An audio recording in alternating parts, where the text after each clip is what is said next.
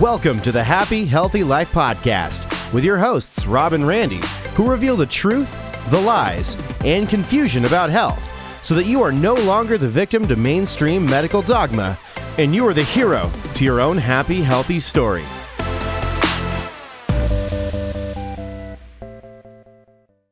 Hey there, welcome to the Happy, Healthy Life Podcast. I thought you said you had a frog in your throat. I Sounded feel like you got I a bullfrog. I do got a frog in my throat. So welcome to the Happy, Healthy Life Podcast. Let's do that again. So today we're going to be talking about what is the reason why you cannot lose weight. This is part 2. On this episode, we're going to take a deep dive into the fats that can help you kickstart your metabolism. I know last week we talked about seed oils. We'll review that a little bit as we get into it. But first, I just want to talk about some of the feedback that we've been getting from people from the podcast. I know this past weekend, we got to be able to spend some time with my family. Thank you for coming. My stepmother had passed away and the funeral was past weekend, which is why we do what it is that we do, so that we don't lose any more people like we did with her. It was tragic. It was sudden. It was from cancer. We talk about how to prevent those things. And when it happens in your own family and hits close to home like that, it's like, you know what? We've got to do more. And we've got to do more to be able to help people just avoid the devastating effects of that, not only to the person who suffers through it, but also to their families and anybody else that may actually happen to. So thank you for being there. Absolutely. Last weekend. I think one of the things that happens too often is that we wait for crisis to start making the change. Yes. So listening to thousands of hours of nutrition podcasts without making change or waiting on a crisis does outcome. Because if we're going to be honest, if you look at it right now, if you live in America, 1 out of 2 people are going to die of heart disease, 1 out of 3 from cancer, 1 out of 2 or 3 from diabetes. Statistically, you've got almost no shot to live past 50 years old without some type of chronic illness if you don't make these changes. So I think one of the things I noticed being there, and thank you for letting me be a part of the event. It was pretty awesome to celebrate her life. Pretty amazing woman. But I think one of the things that I saw that's a positive that can come from this is sometimes when you see that happen, it wakes you up.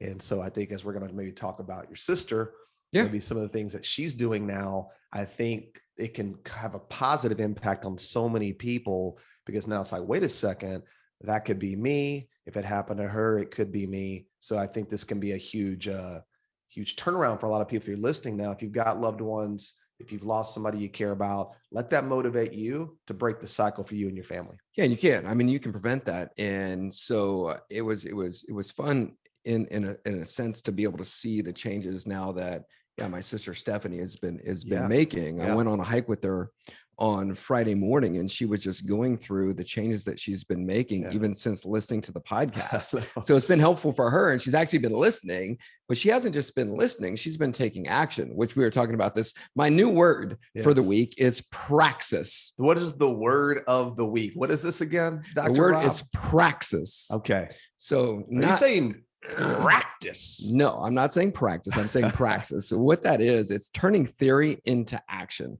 It is defined as the act of engaging, applying, exercising, realizing, or practicing ideas. So it's putting theory into action. And that's exactly what it is that Stephanie did. She wasn't just listening. She was putting these things into action. And as a result, she started doing some of the intermittent fasting, and she's like, you know what? I have more energy than I can ever remember having. And she was doing this hike. It was fun being on that hike because we hiked 4 miles, and she's like, man, if you would have seen me just a month ago, I wasn't able to hike this way. And she was doing that even in a fasted state. And then she let me know that she had also lost 7 pounds in only 2 weeks. Wow. By applying this and using praxis. Great job, putting Stephanie. Theory into action. So great job, Stephanie. Yes, it's the Latin saying that we got from Dr. Taylor, acta non verba, which is action over words. Absolutely. Right. I see better than I hear. And seeing Stephanie even this last weekend was pretty awesome to see her life and her energy and her commitment to her health, her family, and breaking those cycles. So great job. And if Stephanie can do it, if I can do it, Rob, if you can do it, anybody listening, you can do it as well. 100%. And it's like when people come to the office, right? It's like we can give them all the knowledge in the world whenever they come into the clinic and they're wanting to lose weight, to kickstart their metabolism, to start struggling. And the reality is that we can talk until we're blue in the face. We can do all the testing until we're blue in the face. But if they don't actually take action and do something with that knowledge, then nothing happens. So if nothing changes, then nothing changes. Nothing changes. So it's all about action. So we encourage you when you listen to the podcast, the information that we give you, take action or just do one thing and move in a forward direction. Because if you're doing one thing or one new thing a day, consistently 365 days later, you've done 365 new things or gotten 365% better than you were the year before. I love that. Small incremental changes add up. We were even talking about that last night, how over the last 20, 25 years of just doing those little things, they really begin to add up. So sometimes it can be overwhelming to change everything. Well, don't change everything. Change one thing. Change one thing. Change one more thing. And then before you know it, like you said, you've changed a lot of things and health gets a lot more fun. It's a lot easier versus looking at this whole thing and then being paralyzed with all the information, not doing anything about it. That's the worst strategy. So let's jump back into and continue on from last episode where we talked about the dangers of seed oil and how that and think it's our opinion. I know it's mine for sure. And I believe you agree with me on this, is that we really believe that the introduction of seed oils, these polyunsaturated fatty acids, these omega-6, the linoleic acid is more devastating to your metabolism and to your ability to uptake glucose and creating insulin resistance than even refined sugar and refined carbohydrate. And that's a heck of a thing to understand because you don't a lot of times correlate fat with being a diabetic or being overweight. And it's actually more dangerous, I believe, than even sugar. Agreed. And from a practical standpoint, because I know people ask, well, what is a polyunsaturated fatty acid? Or what are some examples of these things? And it's going to be your seed oil. So if you have like your safflower oil, you've got your sunflower oil, corn oil. Corn oil is a huge one, right? The vegetable oils, all those things that are in your prepackaged foods, for example, when you go to the store, the crackers, the chips, all of those different kinds of things are really high in these polyunsaturated fatty acids, creating inflammation inside your body that you may not even realize is happening, but it's that inflammation that also leads to what it is that we're talking about with things like cancer, for example. It's in your fast foods. Yeah. So really be intentional about what it is that you're putting into your body. Look at the labels. Your health matters, right? You have a why you want to do that. Your why could be like, for myself, it's my kids. I want to make sure that I'm around a long time for my kids, and I don't want them to ever have to worry about taking care of me. Yeah. And think about just going back to even these seed oils. Corn it's a seed, it's a grain. Have you ever picked up a kernel of corn? It's not oily. So where in the heck does the oil come from? Do you know how much corn you have to use to get corn oil out of a non-oily grain? So this is the problem with a lot of the vegetable oils. They're really not oily. So you're having to use tons of produce, and there's so many anti-nutrients just innately in a nut and in a seed because of the ability to want to fight off anything from destroying it. We've talked about that. So the predators that would eat and destroy the seed so the plant would never grow. So when you're talking about using that much produce to create an oil, that's why they're using these high pressure hexane chemical solvents at high temperature. And now you've oxidized the oil. You have to deodorize it and bleach it. Any type of seed oil is already rancid at the time of delivery, dead upon arrival. So as we're talking about these oils, think about all the things that you're seeing that have it in it. And like you said, prepackaged foods, the trans fatty acids, which is a preservative type fat that doesn't break down. These are all the fats that clog and destroy our arteries, cause insulin resistance, raise our glucose, and actually cause us to gain weight. And they really cause us to be hungry. We even made reference to that, in the last episode, how seed oil tells your brain that you're hungry. It increases the hormone ghrelin. And ghrelin is the hormone that tells you to keep eating. You don't want to be munching on seed oil because we know the dangers of snacking. And so that's another reason to avoid these seed oils. let's talk about maybe what you could be eating, because there's been real a misunderstanding of the benefits of fats. And but before we get there, and as you're saying that, one of the oils that we missed that I think people really need to be aware of, because it's like in everything, especially when you go to a place like a Trader Joe's or even Whole Foods, where you think you're getting healthier foods, is going to be canola oil. Oh, it's in everything. So that right there is one of the ones that they will trick you into thinking it's a healthy fat. It is not a healthy fat. Like we talked about on the last episode, it's one of the worst ones that you could put into your body. Mm-hmm. So just from a practical standpoint, avoid that.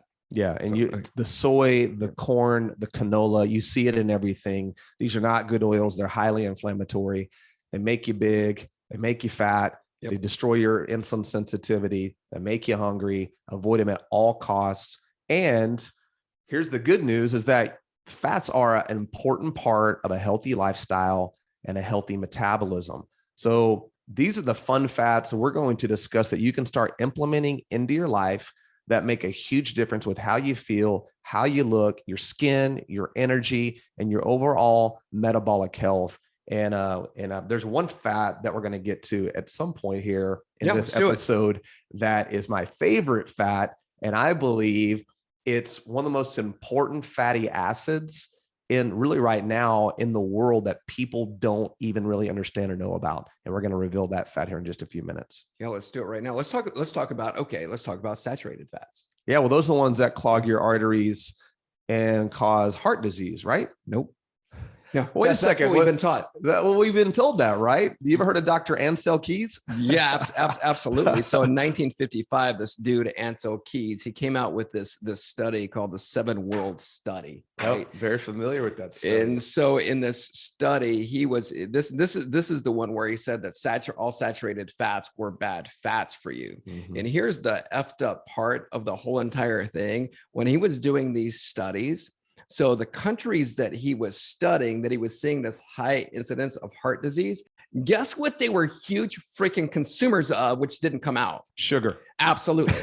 They were huge. So it was the inflammation that was being created because of the sugars that they were eating. It was not the saturated fats. In fact, if you look at the studies that are out there today, they'll show you all of the health benefits of saturated fats. Yeah. And in fact, one of the other flaws in that study. So thank you for bringing that up, because that's a huge keep. You might want to not omit the whole sugar component in the inflammatory cascade, and then there's just those saturated fats under the bus. Yeah, and here's what was so effed up about it, and here's where it gets a bad rap, is because it was the American Heart Association which quickly embraced, and I'm reading this right off the website. Okay. The American Heart Association, who embraced Keyes' hypothesis, warning that butter, eggs, meat, and other saturated fat-rich foods contributed to heart disease, emphasizing a low-fat diet to prevent heart disease. And you know what that got us? Sicker and more unhealthy than ever before in recorded history. Thank you, American Heart Association. Yeah, thanks a lot, guys. I'm sure you were really in that for the well-being of the community. Obviously, there was some really, they were greasing some palms with those studies. But you even look at one of the flaws in that study as well. It's a term called nutritionism.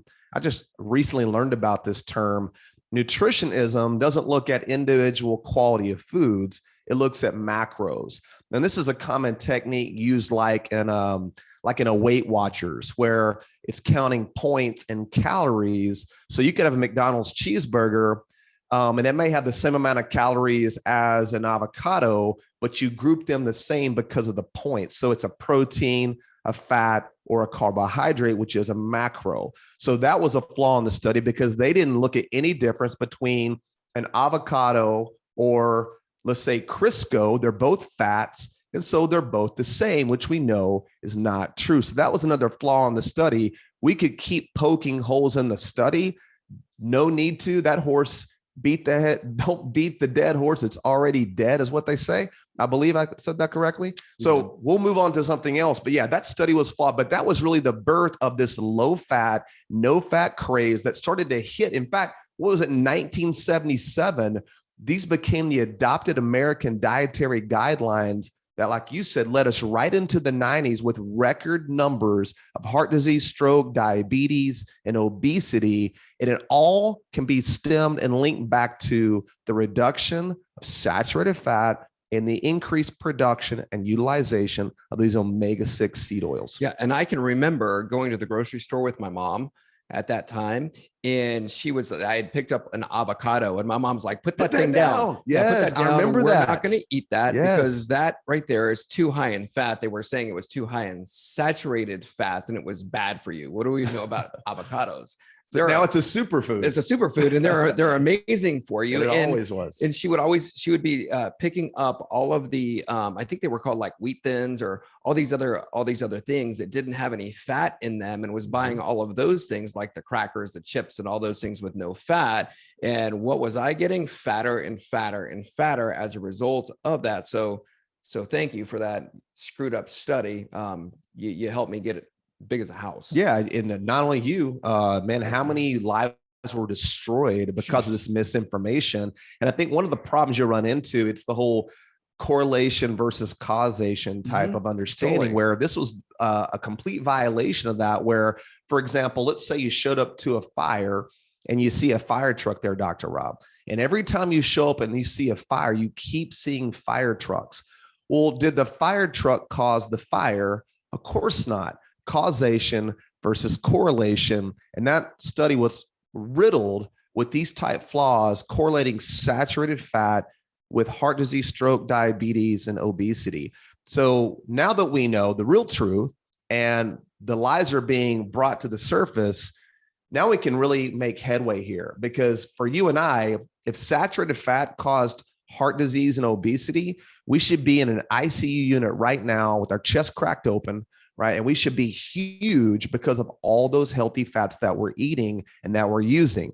So one of the flaws I think that we've been taught, and I'll give the example, is when you look at fats, we were always told that the ones that were solid at room temperature were the ones that clogged your arteries. And then just looking at it on the surface of that, you're like, yeah, that makes sense. Those are solid, those clog. And the ones that are liquid at room temperature, well, those are the ones that are healthy. By the way, those are the ones that are the linoleic acid, the omega-6, the polyunsaturated fatty acids. But here's the problem with that. What is the temperature, the average temperature of the human body? All right. What is it? 98.7? Something like that. Yeah. Give or take a percentage. So let's just say it's 98.6 to 7 degrees. All right. Guess what happens to that solid at room temperature fat once you heat it up to 98.6 degrees? Well, it melts. It's now liquid. It's liquid as well. So the liquid model of those are the healthy ones versus the unhealthy ones that are solid at room temperature. That's just a flawed understanding. What you want to look at is the stability of the fat. And we've talked about this before, but the healthiest fats are the ones that are most stable under heat, light, and oxygen, because heat, light, and oxygen are what breaks down a fat, causing it to oxidize and producing free radicals. And when you put those into your body, it's devastating and it's inflammatory. So you want to start looking at your unsaturated, which is your polyunsaturated, your monounsaturated, and your saturated. Dr. Rob, what's the real difference there biochemically? And then break that down for us in more of a layman's term, because that's why if you understand what a saturated fat is, you're like, oh my gosh, that makes sense why those are the healthiest fats you can eat. Yeah. So saturated just simply implies that it's saturated with hydrogen. And the reason it's saturated with hydrogen, I was a freaking organic chemistry geek. So weird. So anyway, you never think that, but so with these saturated fats, they're full of these single bonds or chains, right? And so which allows them to be saturated with the hydrogen, and you got to have that hydrogen because once the nutrients go into the cell, you need the hydrogen inside the mitochondria in order to be able to get that Krebs cycle going that we learned about in high school chemistry or college biochemistry. And it's that hydrogen that's needed in order to be able to create ATP or energy inside the cell. And it's that energy that allows us to do exactly what it is that we're doing right now, which is breathing, talking, moving our arms back and forth, doing whatever it is that we do. So you got to have that. And so that's what makes it beautiful, really, with these saturated fats. So what you're saying really is, to those that are listening, so when you've got those unsaturated fats, you don't have the hydrogen bonds. There's kinks in the armor, so to say, right? So those are ones that would have a tendency to break down and oxidize much easier than a saturated fat, which all those carbon backbone and all the hydrogen bonds are saturated together. So they're very, very stable. So that's why you can heat them and cook with them, and you don't produce all the free radicals. Exactly, which is fantastic. We don't want free radicals. Free radicals are the ones that cause the damage to the cells, create cancer, heart disease, all the things that you don't want. Yeah. So wait a second. So the healthiest fats based off just basic biochemistry are the saturated fats. So what would be some examples of some of the healthiest saturated fats you could be eating? So it would be like from animal or meat. Okay. For example, now, having said that, we're not talking about industrialized beef. Yeah. Okay. So not all beef is created equal, right? Because industrialized beef is going to be eating what? Corn and soy, grain. And we are what we eat. So guess what that's doing as it goes into your body? Well, now you got the free radicals again, and now you're right back into the polyunsaturated world, which is why that's not the best. So what do we want to get? The grass-fed beef to be able to get those saturated fats if you're getting it for meat. Yeah. Animals don't really eat corn and seed. They eat grass. So there's a big fatty acid profile difference in grass-fed beef or naturally raised animals versus conventionally raised animals, which is what you're talking about. So some of the healthiest fats are like beef tallow. In fact, they used to cook McDonald's French fries in beef tallow, which was much healthier. We're not advocating the use of French fries, definitely not now, but you can imagine how much healthier the French fries were back in the day, cooked in the tallow. I can remember back in the day, though, dude, some McDonald's French fries. They were better back then. And then even like the movie popcorn was cooked in coconut oil, which is a saturated fat full of medium chain triglycerides.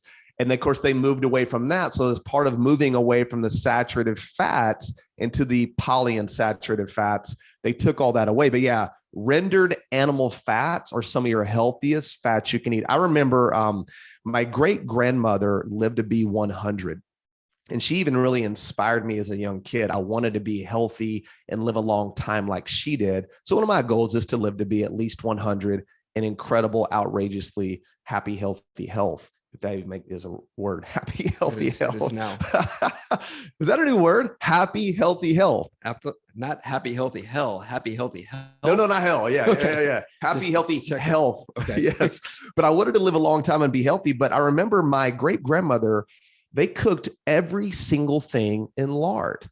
And obviously that killed her very early in life and took her off the planet at 100 years old. You think about that. How in the world was she cooking everything in lard? And the reason being is there's lots of saturated fatty acids in pig lard. So cooking in it didn't create the free radical exposure that the unsaturated fats did. So things like lard, duck fat, beef tallow, all those rendered animal fats are super nutritious. They're great to cook in. One of my favorites too is obviously grass-fed butter and ghee, because they're loaded full of shorter and medium chain fatty acids. They're higher they don't break down quite as bad at high temperature.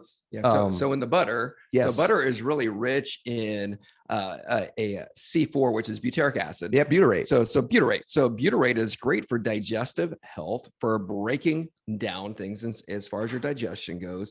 That's going to be found in your milks, your cheeses, goat, sheep cheese. Oh, that sounds familiar. SCT oil, which is so before we go there, let's go back really quickly, because that's how even that oil, that SCT thing you're talking about was even developed. But even going back to like avocados, extra virgin olive oil, palm fruit oil, these are all fats that are mono and saturated fats that are stable under heat, light, and oxygen, or more stable. But remember, the saturated fats are the most stable. So the unsaturated, the monounsaturated, and the saturated, you definitely don't want to cook with monounsaturated, like an olive oil that can be drizzled on food after it's been prepared and cooked, but you can definitely cook in the saturated fats. But like you just said, the healthiest fat really of all, and the one a lot of people don't understand, is pure SCT oil, short chain triglycerides. And there is butyrate in butter, but the richest source of butyrate is in our actually short chain triglyceride product, which is pretty cool. It is. And the great thing about it is it's a full spectrum oil. So you have all of those carbon chains still in it, which is one of the dangers right now when you look at the medium chains. Like everybody knows about coconut oil, for example. Medium chain triglyceride, MCT oil. Yeah, right. Coconut oil is great, but when you get MCT oil, you're now isolating the carbon chains. And when you isolate the carbon chains, it has to go through a chemical process to just get that one carbon chain out, which is why people have really severe digestive issues when they're doing these large amounts of MCT oil. What do we call that? Disaster pants. Yeah, no not joke. Good. And if you've ever done it, you know exactly what we're talking about. And that makes sense because it's not a natural oil, an oil you would find in nature. It's been isolated, been fractionated, and pulled from the normal other fatty acids that are a part of it. So that's one of the dangers of an oil like that. Plus, you can't cook with MCT oil because it's unstable, because you pulled it out of its normal environment. So that's a good point with our SCT oil. It's a real food product, exactly like nature intended, rich in not only butyrate, but propionate, acetate. Those are other short chain fatty acids that play a huge impact on our health and metabolism.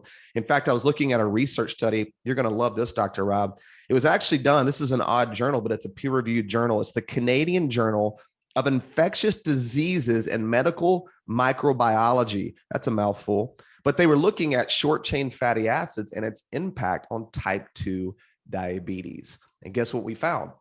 What did we Some find? pretty cool information. This doesn't even have anything to do really with diabetes. It's more how it impacts glucose, insulin, and fatty acid oxidation. But what they found was short chain fatty acids, like those found in our SCT oil, influence insulin regulation and glucose homeostasis. So what it does, it reduces the production of glucose by the liver, and it increases the uptake of glucose in muscle and liver cells.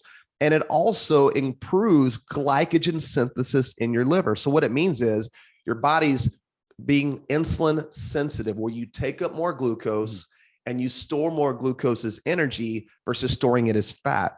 It also showed improved lipid metabolism. So you increase your lipid buffering capacity and you decrease inflammation in adipose tissue. So what the heck does that mean? Well, it means that you burn more fat and you reduce the inflammation in the fat cells in your body. So when you reduce inflammation in your own fat, the fat cells become smaller. And so you begin, because it's really not about getting rid of your fat cells. It's about reducing the size of your fat cells and reducing the inflammation in the fat. And that's exactly what these short chain fats do. They also enhance mitochondrial function, fatty acid oxidation. So your body breaks down more fat for energy.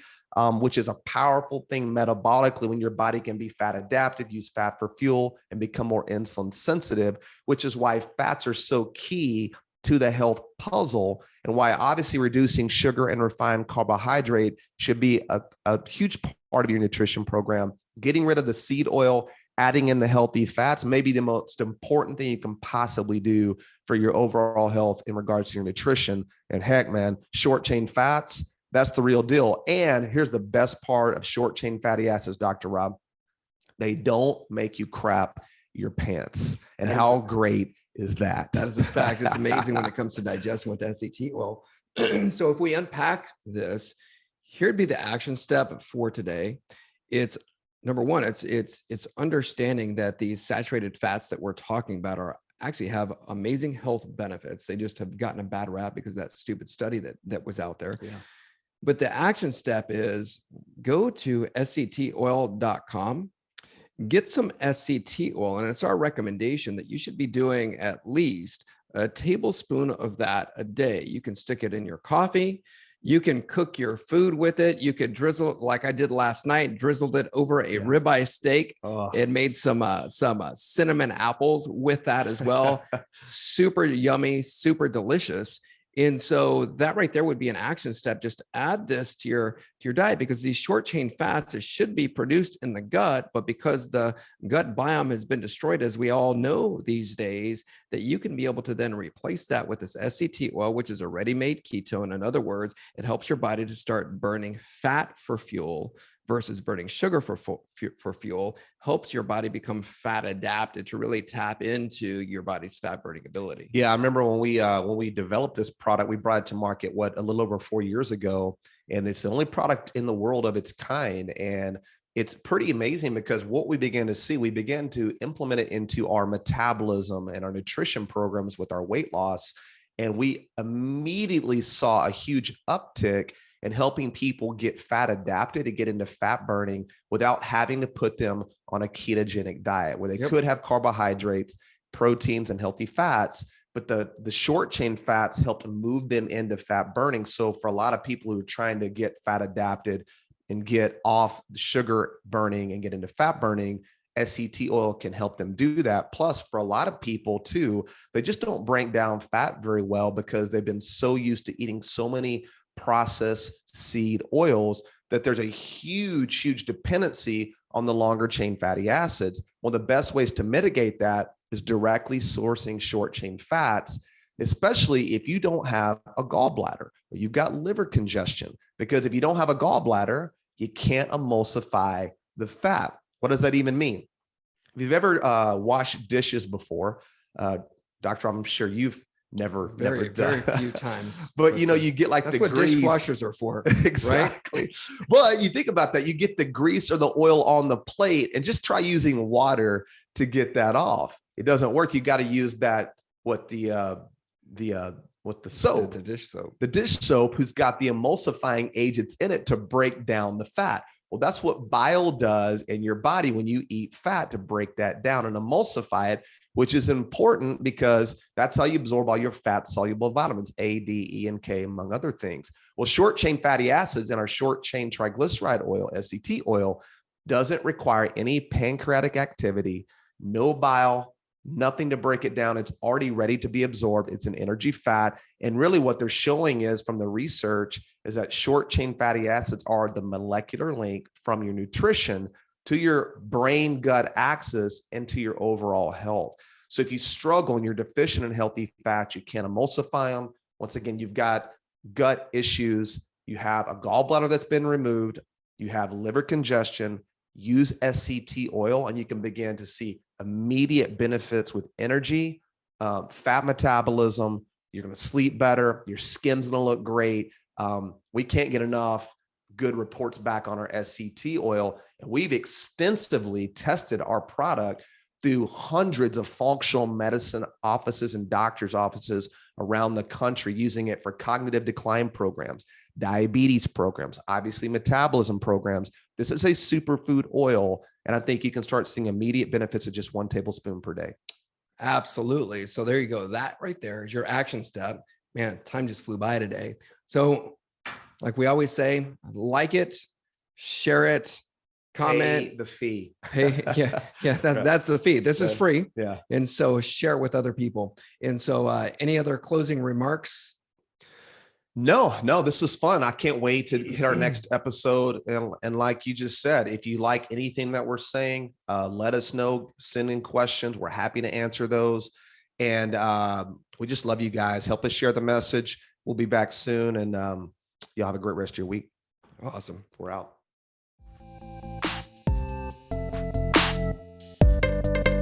Thanks for listening to the Happy Healthy Life podcast.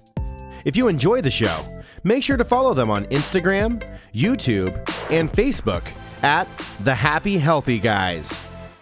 Don't forget to like, subscribe, follow, and review the show wherever you listen to podcasts.